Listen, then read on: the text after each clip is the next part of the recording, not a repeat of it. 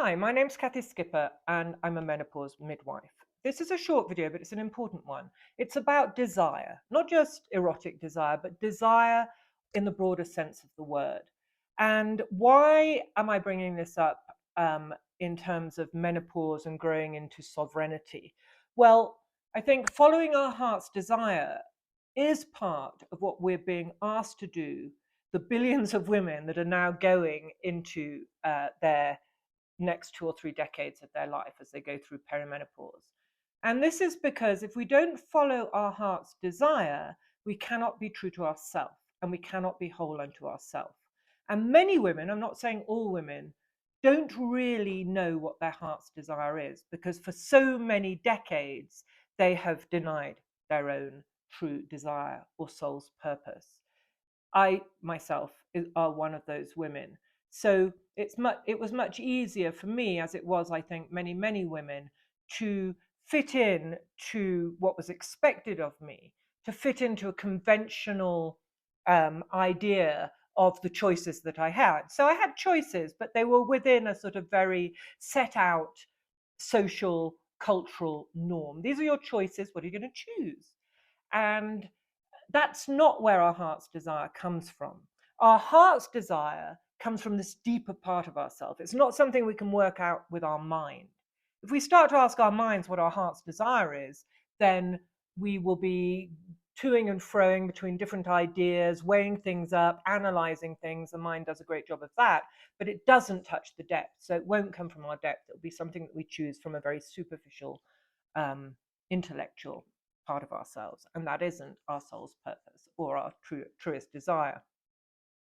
And most women, can I say most? Well, a lot of women, including myself, have spent their lives denying their own needs, aspirations, values, these deeper aspects of themselves in order to fit into the external pressures of the society, the culture, the family, the education that they had and grew up in. So at perimenopause, this becomes a pressing need. And I think the psyche really does it on its own. It did for me anyway.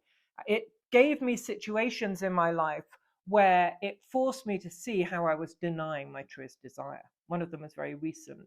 I won't go into the details. I've done a short Instagram on it, but it made me really see that even though I thought I'd healed my codependency, and I had in terms of my intimate relationships with men, which is where it turned up the most, I hadn't. This was another layer. And this was about really those desires that the child knows she wants in her life, those desires that the child loves to do, those things that motor her, that get repressed as the child grows up. This was the part that I was not honoring. And so I had to really see the pattern and so I could break it. So why is it important for women during perimenopause and going into their sovereign years to honor their desires, their truest desires? Well, number one is because if we don't honor our truest desires and our soul's purpose, then we cannot be authentic. We cannot be whole. Our truest desire is really the motor of the soul. It's something so deep and sexual. This is why where desire is erotic, whatever the desire, not just a desire for sexual intimacy. Any desire that is true, that is creative, that is about um, offering this part of ourselves to the world, manifesting this part of ourselves in the world, being motored by this deep desire to do something or create something, is in all its form erotic. And I think one of the reasons why women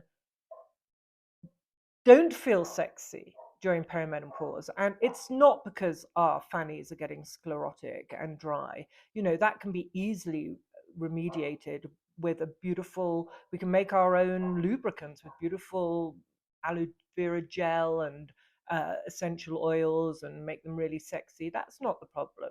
The problem is that because we haven't been true to our own desires in life, in our jobs, in the way we turn up in the world, how can we be true erotically to our desires intimately? Plus, sorry, my dogs are barking. Just let them stop. Plus, I think at perimenopause, there is this psychic urge for wholeness. So women are not so okay about servicing a man or just turning up for the same old story. They want to desire, or they at least see that the desire is missing. But the way to promote that desire isn't by forcing themselves to have sex, it's by honoring all forms of their desire in the world and in their lives. And that's what really this video is about. So, authenticity, we cannot be authentic, we cannot be whole, we cannot become wise women if we are not honoring our truest desires. We can't find our purpose. So, that idea that menopause feels like you're falling off the edge of the world and you don't have any sense of purpose left and you don't feel that you fit in anymore is because if we don't honor our desires, we don't have purpose. Our most real purpose comes from our truest desires. It is the motor. It's like a purring diesel engine that starts in our sexual organs and sort of stimulates energy through the womb space up into our hearts and through into our lives. So it gives us purpose. It makes us happy. You know, if we honor what we want to do in life and we give ourselves the chance to do it, then we become happier. And I think the key is that so many of us don't even know what it is we truly want, or we only have we've buried it so far away. You know, I realized recently, because this came up for me, that I love writing. I write all the time. That is a desire of mine. It's not just for my work. I want to be able to write. It is a true desire. And it makes us grow. If we honor our true purpose, our true desire in life, we're going to grow. We're going to come across challenges, but that desire is going to keep us moving forward, whatever. I am moving forward in my life. That is the energy. Like the ancient labyrinth, the archetypal symbol of the feminine journey, the spiral, there is only one path. We are moving forward. And if we're motored on that path, even though sometimes in the labyrinth we feel like we're going backwards, if we're motored by our truest desires, then we'll grow. We're forced to grow. We're forced to manifest. We're forced to problem solve in order to allow these truest desires to take form and be part of our lives. So, what I'd like to share with you now is a very quite short exercise, but an important one, and one that I hope will help you to at least start asking yourself the question, do I know what my truest desire is? Am I honoring my truest desire? What do I really want? So you'll need a piece of paper for afterwards so you can write it down. And I invite you just to get into a quiet spot and allow yourself to be guided by me. It won't take long. So you can put me on pause and come back if you need. If you have an essential oil, something that makes you feel anchored in your body, opens your heart, rose attar, vetiver, geranium rose, ylang ylang, neroli, patchouli, any oil that's really quite sensual and embodying tuberose, jasmine, you could smell that as well. Okay, so just get comfy and bring your attention out of your head down into your womb space. Settle in. As you settle in and you drop into your womb space, allow your sexual organs to welcome you in. Don't forget, our sexual organs, our sexuality, our eroticism is part of our sensual way of feeling our way through the world and turning up for ourselves.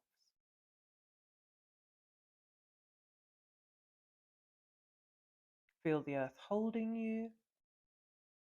You're safe. And once you're settled, bring your attention up from your womb space to your heart area. Your energetic heart is in between your breasts. You could even just tap on it a few times to bring your attention to it. And as you feel your heart, notice how it sort of responds. When we tune into a part of ourselves, it usually responds. Give it a moment to relax, to feel safe with you, to see that it's being We're bringing attention to it. Remember to breathe. And tune into your heart with your feeling sense. So feel your heart, that energetic heart, and also visualize it in a way that feels right for you. There's no wrong or right. It could be that you visualize the actual organ pumping in your chest. You could visualize a beautiful red symbolic heart. You could visualize a doorway going inwards to the inner self and outwards, where the energy of love can come in and out. Whatever feels right for you, just allow yourself to tune into, visualize your heart and feel it. Remembering to breathe. And as you feel your heart, also feel the space around it. So from your sternum right to the backbone, there's a lot of space where your heart is. So feel that space. The heart is relaxed and has this space and is pumping, and you feel it, and it's a doorway, and it is the energy of love is connected to the heart, the energy of desire, the energy of self, of your emotional body. Really feel and tune into it, and feel this heart like a planet in space, a big, powerful, pumping love machine inside your very being, the thing that started pumping when you were just a few weeks of embryonic you in your mother's womb. This is the center of your being, and feel it like a planet in the universe. If you find yourself going back into your head, just tap again a few times so you can come back to the heart. And feel this beautiful, vibrant, pumping heart in the middle of yourself, like a planet in the middle of the universe. And I'm going to just, before we begin, remind you that the heart does not think in words. It communicates with us, not in words, but in images, in feelings and images. So now that you can really feel your heart as the center of your being, I'm going to ask you, just to ask your heart, what do I truly desire for my life at this stage in my journey? What do I truly want and desire? Not what you need, what you desire. Allow that desire, that question about what you desire to touch your heart, remembering to breathe, and allow your heart to offer you the answer. Don't force it. Don't expect anything. Just bring awareness to the images that your heart is going to offer you. Sit still, anchored with the earth, by the earth, and just allow. What do I truly desire?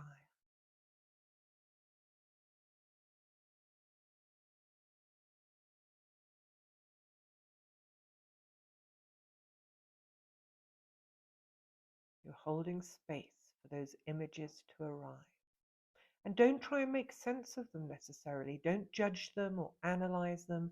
Just bring awareness to the image that your heart wants to offer you.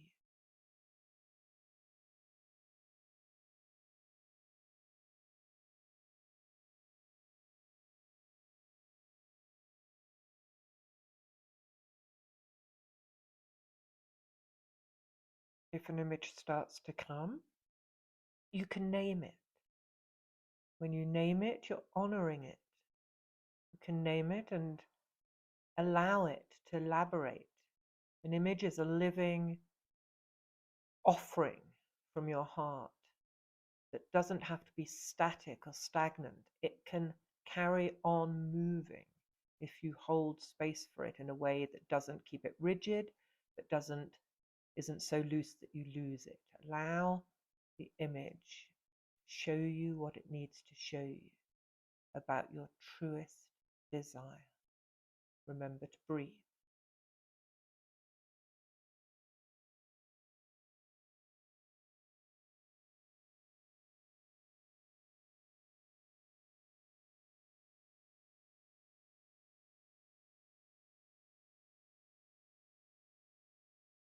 Your heart is offering you this gift. You're giving yourself time to really honor your heart's desire, not your head's desire, not your parents' desire, not your husband's desire, not your culture's desire, your heart's desire. In the language that your heart speaks, which isn't words, it's images, it's energy, it's feeling. If it starts with a feeling, allow the feeling to transform into an image.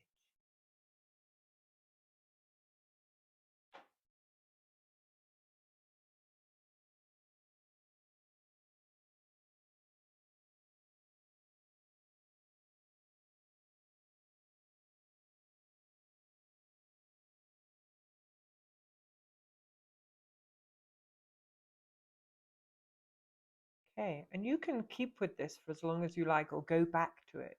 It's a beautiful meditation to do regularly so that you stay in contact with this deeper part of yourself. And notice if there are any emotions come up. You know, if you're someone that has never allowed yourself to really truly listen to your desires, there might be some blockages or emotions.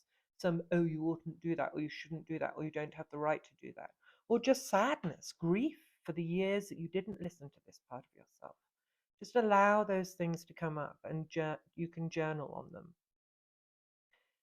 So take this time to reflect and allow yourself to listen to yourself, to be able to identify your true desires, which come from your true values, the things you value in life. And once you start to work with these, then you can start to make realistic goals going forward into your next 2 or 3 decades of life. You can break down a bigger desire into smaller, manageable goals and move forward towards it. That's what it is, this beautiful period in your life where you may have worked very hard for your whole life. You may have brought up a whole family. You may have given your energy to so many people. And now this time is for you. That's what sovereignty is about. But because becoming yourself, honoring your desires, manifesting them step by step makes you the sovereign woman that the world needs you to be. It isn't selfish. You're doing this not just for yourself, but for the whole. You can seek support as well. Surround yourself with other people, with other women who you can talk to about your desires, who will honor them, who will hold space for your dreams. And be patient. You know, all these years of not honoring yourself, all these years of maybe burying your truest desires, takes time, takes layers of peeling away these things that have kept you from them. So be patient with yourself. Have self-compassion. Give yourself time alone so you can connect. Time in nature, doing things that give you pleasure. Start to really ask yourself, not what should I do? What do I need to do? What do I want to do? And if sometimes it's hard, emotions come up, challenges come up, busyness comes up, don't give up. Don't give up. Keep on moving forward. I am moving forward in my life. I am listening to my heart. I am honoring my soul. Keep on moving forward in life. Menopause is not a time of decline, of the end of the world, of our bones crumbling to dust.